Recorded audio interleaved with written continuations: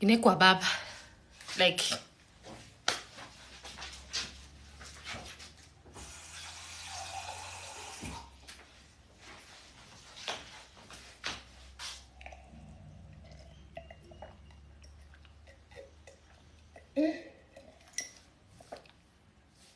I must calm down. So I'm drinking water.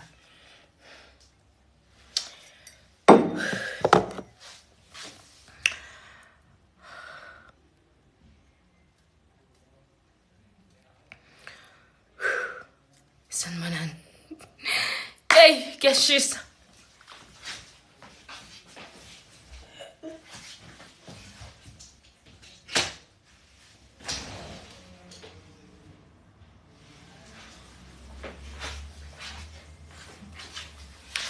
So I'm technically having a panic attack. Getting a panic attack, Bazalwan. I'm leaving tomorrow.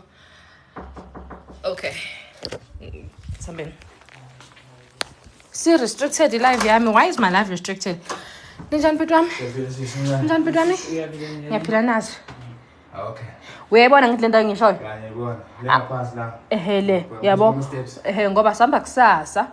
So ngoba sihamba ekseni kakhulu ngizoba nenkinga because amantombazane kuphela. Oh, for who's lies. So that's why bengicela izenze manje so zama ukuyiqubula at least sesifake evenini. Okay. Wena ukusena kakhulu. Yeah, sihamba ekseni kakhulu. Before ngabo inkinga no, yeah, lapho ngabo 7-8. Oh, 7. Asebesesikhona. Serious? Ufuna ukwenza kusasa? But ngakwenza phela namhlanje sithatha sinicela ukuthi nisifakele emotweni. Yebo kusiza kanjalo. Okay. Ngiyabonga ngena. Ungibhekele lapha ngathi khona into engayishiya lapha ya. Ngakuphi? Khona lapha. Ngiyacabanga ukuthi ngathi khona into engayifihla ngize imvula inetha ngisazi but uma ufika nje ungitshela ukuthi mangikhona izinto. Okay, ngizomtshela. Thank you so much ne. Okay. All right ke. Yasinda ke kodwa lokho kunye. Hayi inkinga sokubambisana. All right, ngitshele ukuthi ngiqedile ne. All right. Thank you. Mabhekele lezi zinto Brian sizongena ku double cab. Yeah, double cab ya. Zizonela zonke ne? Yeah, zonke. Thank you so much. Okay. Yeah, sorry guys, I get panic attack. Ngizwe ngathi inhliziyo ithi gugu. Sasa ngiyosebenza. To be honest with you, kade ngagcina ukwenza ideko. Mhlawumbe ngino 2 if not 3 months ngagcina ukwenza ideko. Honestly, 2 months. Hayibo. September kwakunini. Yeah, shooting na 2 months ngagcina ukwenza ideko. Uyabo? Eniyokwenza amadeko amakhulu emakhaya and ayikho lento ukuthi ngizokwazi ukubuya. So angikujwayele ukuphekhela imicimbi u2 ngesikhathi esisodwa. Yabo, you need to be thinking about into zangapha, uphinde ucabange nezinto zale deke ngapha, uphinde ucabange futhi nezinto ongayishare so that ungahambi ne-equipment eningi kakhulu. Kukudeke futhi enye kade yahamba i-equipment yami. Mhlawumbe yahamba 2 weeks ago njengoba sengilandela nenye. Yabo, ngilolo valo lo ukuthi uma ngathiwa ukhonto engishile because bekukuningi futhi ngibhizi ne makeup kanjena izoyithola laphi solution. Yabo. Kuyenzeka ke futhi sometimes ukuthi ngiyithole sengistaka yabo mangisho nje manje ngizuzwa ngine panic attack because not only do I have to pack these things but I also need to pack into zami ngoba ngiyahamba yabo umuntu ehamba kusasa shothi kumele apack izinto ezizomnela 3 weeks ngenza ukuthi umuntu ahlale 3 weeks emakhaya because from manje to i31 that's 2 weeks almost 2 weeks and then ufakele enye iveki ke la la January. Literally guys in a panic attack and sometimes ngibamba ukuthi angikhali ngizizwa njengamanje ngizama ukubamba ingembezi. FNB is screwing with me. FNB is really playing games with me. Awufune imali yami. So ngihamba I'm on a very very tight budget. Ningibona nje ngisathwele kanje uDecember guys. Ang-install guys. Angikho right. Uyabo, ang-installile izinto zami nje zimahliphi. I've already used so much of imali kaKhumalo. Kwayena nomcimbi kaKhumalo phela umcimbi wakho uyiphathele uKhumalo. So yabo abaziyo guys bayazi ukuthi nje umcimbi can literally cost you about 500,000, 400, 500,000. About my minimum. So I can't just be coming in and out of i-bank likakhumalo mina ngicabangele nami phinde ngicabangele phela naye futhi unganey'nganeke uyabo. And uDisemba njengamanje ngoba wena futhi sesekhaya uyayicabanga leyo nto ukuthi ama-cost asebheke yena nje obesekhaya nje ukwenza sure ukuthi njenge-breadwinner ukwenza sure ukuthi umndeni uyawu-enjoy uChristmas. So that is also giving me so much pressure already. Sengene kakhulu Nkosi yami kulela bank. So manje ugeli kumina ayibhekelele. And I have this thing yedeco so umuntu amabuya ngalizwisisi kahle leli business because currently I'm undercharging ridiculously. I'm really undercharging, and because it's such a big udeco guys umsebenzi omkhulu. Yeah, but not only that, ngihlezi ngifisa ukuthi engathi ngine vision yala ngifisa ukufika khona when it comes to ideco uyabo. But Gabby's le vision engiyifunayo, and so I can't do mediocre work. Angithanda ukwenza umsebenzi nami engawu-understand ukuthi kanjani, and so I find myself ngaso sonke isikhathi ngigcine sengikhipha ephaketheni lami. Yabo njengamanje nje kwideco ngibuye ngilingise unkosikazi wesigwili. Niyazi abafazi bey'gwili laba banamabhizinisi enza ama-laws kodwa they continuing. Afuna uqabamanga when it comes to ideco nginawo lowo mkhubo onjalo. Yabo iyayenza-ke sometimes i-profit, but I don't know. When it goes south, it goes really, really south. Yabo. And yonke lento ayilele ekuthenini anginazo izinto, but ilele ekuthenini angikuthanda ukuphinda izinto yokuqala leyo. And ngiyathanda nje ukwenza ideco that is just yami ungayibuka ideco yami ngiyakholela ukuthi mina ngiyakwazi ukwenza ideco for umuntu obonayo ukuthi le deco phela ngabe u-30,000 but thothi ngimcharge u-10,000. Uyabo. Nakhona ngoba ngisahlele ekuthenini ngisaqala. And just being afraid of scaring my customers sometimes. Yabo. I'm literally hyperventilating. I'm trying to calm myself down. I called my sister, just explaining everything to her, and I couldn't call Ukumalo Gavako because yabona nje bangoba kanje ugowa West Nile kasi ngakuza umcimbi lomkhulu festival yagowa yabo ngiyamazi. So me just calling him ngabe nje ngimoshela isikhathi yabo. So just speaking to my sister kungenzeka kwathi ukwehla kancane although kusekhona leyo nto khona njengoba nje ngiphefumula kanje. But I was able to do things yabo. Kunezinto that I need to do today engakaqedi ukuzenza, so bengingakwazi ukusukuma. And also just having people that I had to rely on engicabanga ukuthi njengamanje abangaphumeleli. Yabo nje khona uSusa Makhandlela nje ongenze very, very dirty. She did me dirty loSusa Makhandlela. But because bengiyilwa izwe social media, low key I can't now address her as well. Yabo so bengathi manje ngumpi yakhe. Yabo but she did me very dirty last year. Sikhuluma ngamakhandlela mhlambe over ngakula makhandlela sisakoleta close to 100 candles, and she's not coming through. So ready umcimbi wami yombili kumele ngibone ukuthi ngenze njani. Ngicabanga ngikhuluma nje ukuthi kodwa ibudget ayivumi ukuthi ngavele ngithenga amanye amakhandlela awalento. Abantu guys bazi amakhandlela ayabiza. We speaking about candles like this. When I even buy my candles from Mr. Price yabo amakhandlela engiwasebenzisela for ama-client, so bayazi abantu ikhandlela elilodwa Mr. Price lapho liqala lapho ko 65 rand. That's the cheaper candle. Afika na go 150. Elodwa njalo ngithi ngiyoenjoy ngifuna amakhandlela over 100. So nakhona kuyilokho njengamanje kubhekane nakho. Uqinisile sisinzima ideco, sometimes you're running a loss kakhulu yabo.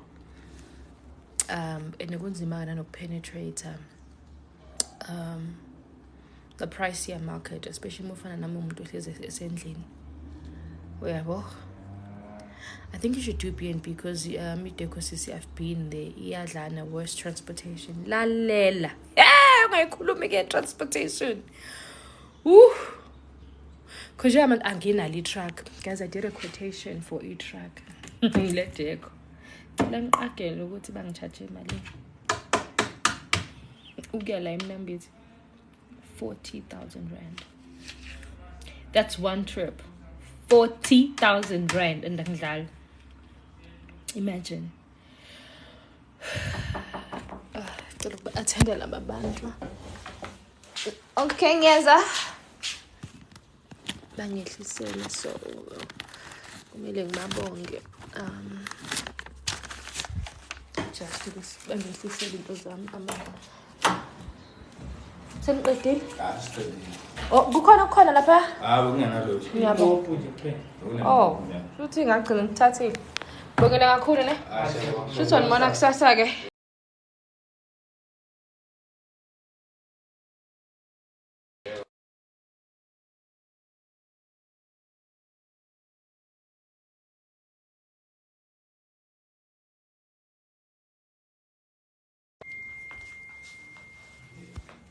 Mhlawumbe ukuthi bengashaya umoya phandle. Ngizothuka kahle kwababa. Sengiyaphuma njengamanje udriver wami ufikile. Enye into imoto that I'm driving kusasa. So I hired a motor from Avis. I hired a van from Avis.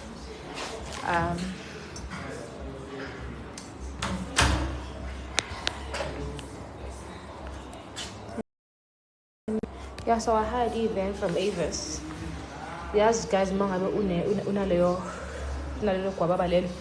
Vele yonke into iqale sekustressa manje kube ngathi ayihambi kahle. So imoto that I hired from Avis is a double cab. Bayazi ke guys. Ukuthi ayidlali deposit the Avis for these big cars. So I've got money that is tied there as well. Serious money that I could be using njengoba ngisho njengamanje ukuthi kunzima. And then I don't know yini bengirelaxisise guys ngeke ngawudrive manual but I'm very not comfortable with manual. Ngakho nje ngibona ngibelesele BM kangaka. No, where am I ending it? Technology. Does abelunga ibelunga. So I was not checking camera kedlela ngizizwa nginegwaba ngakhona. So it's just 5 crates. Hence bengibakhokhela 100 rand bangithisele wona nama glass. Hi Polani. Hey, you're stressed njani? Sizoqala edrobheni. Lapha ngase Carlton Center. Kule ndawo yami le yamgoqo le yangayazi. Ngicela siqale kulo ku-Prince eNyweleni lapha emaboneni sibona ukuthi khona abangayenza yini mina but sizoshiya mhlawumbe sishiya inywele ebebeyisetha bese siya laphaya eindwangini bese mhlawumbe uzongibuyisela ku-Prince bese mhlawumbe ungithatha ntambama uma ngabe benaso isikhala for mina bese ungithatha ntambama bese siyabuya. Ngiyabonga. Akutshela wena amafika. Uzokwanzima ukuba mdala. Yashisa.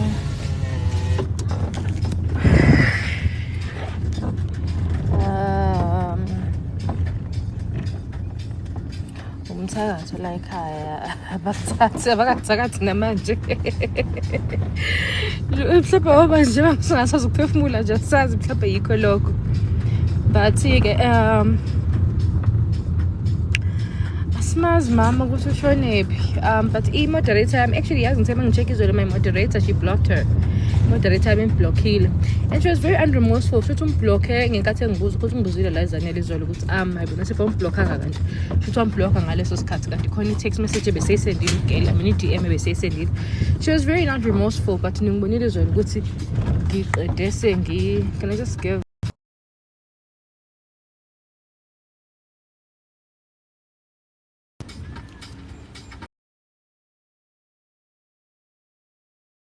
unremorseful. No, but I'm dealing with a lot on my plate. So sombona masiborekile futhi ngelinye ilanga mhlawumbe some unblock simbuze futhi location because ngimbuze abanqaba. I DM'd her directly asking for her location, but she kept on saying no. Yabo, but it's fine. So now ngikhumbulile. So after speaking to my sister, when you speak to somebody, guys, uba calm.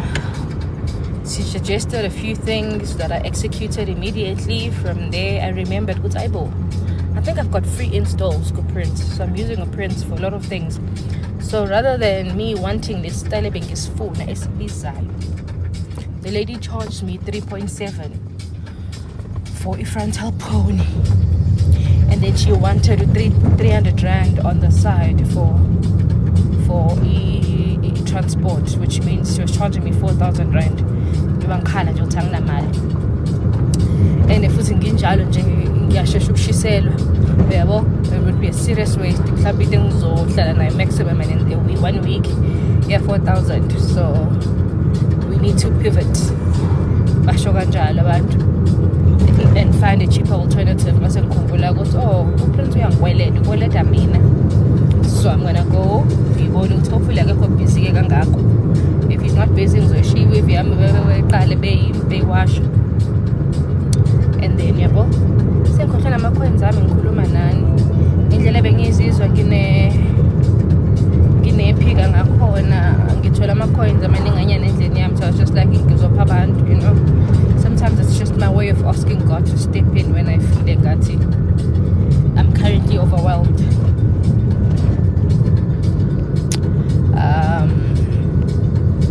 Sorry. Nayo ma, but sengimbonile usho kanjani mhlawumbe 3.1 understand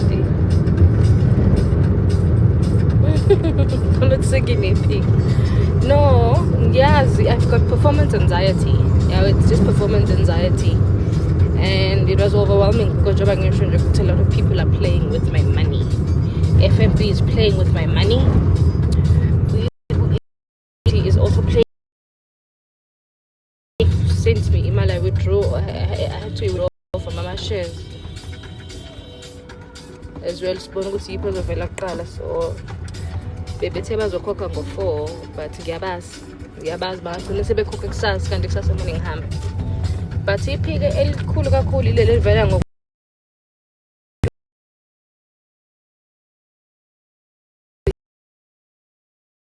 kakhulu one yabo. But I think I do feel a bit better than I would be taking you guys with me but whole life so you can just tune in. Guidori, I'll try and post Guidori, how I try and conquer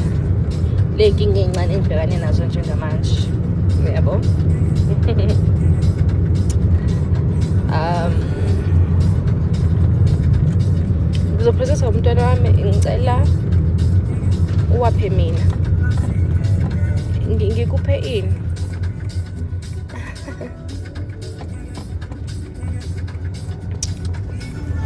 So niben right here guys, please just tune in. We store some busha ama-coins. So ama-coins angingasho ukuthi sengingakhohliwe because ngikhuluma nani. So ngizoshintsha mhlawumbe 200 rand la, and then sibone sihlangane nabo nje bese siyabanika just ukwehlisa igwababa. I don't know, I always feel like when I do something for people in need, uNkulunkulu uyangizwa and answers accordingly yabo. Hayi ngoba ngifuna imali from yena, but I just want him to give me peace.